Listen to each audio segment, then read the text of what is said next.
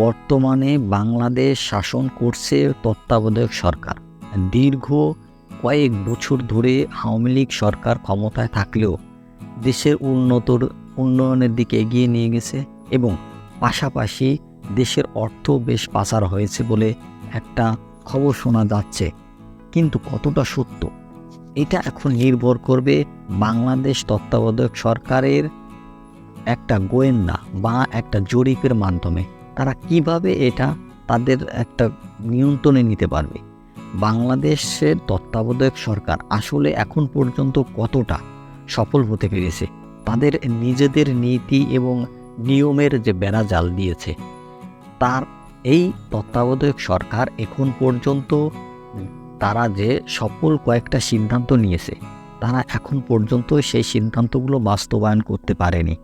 তার ভিতরে একটা সিদ্ধান্ত হচ্ছে যৌথ অভিযান। এই যৌথ অভিযান এখন পর্যন্ত শেষ করতে পারেনি এই সরকার।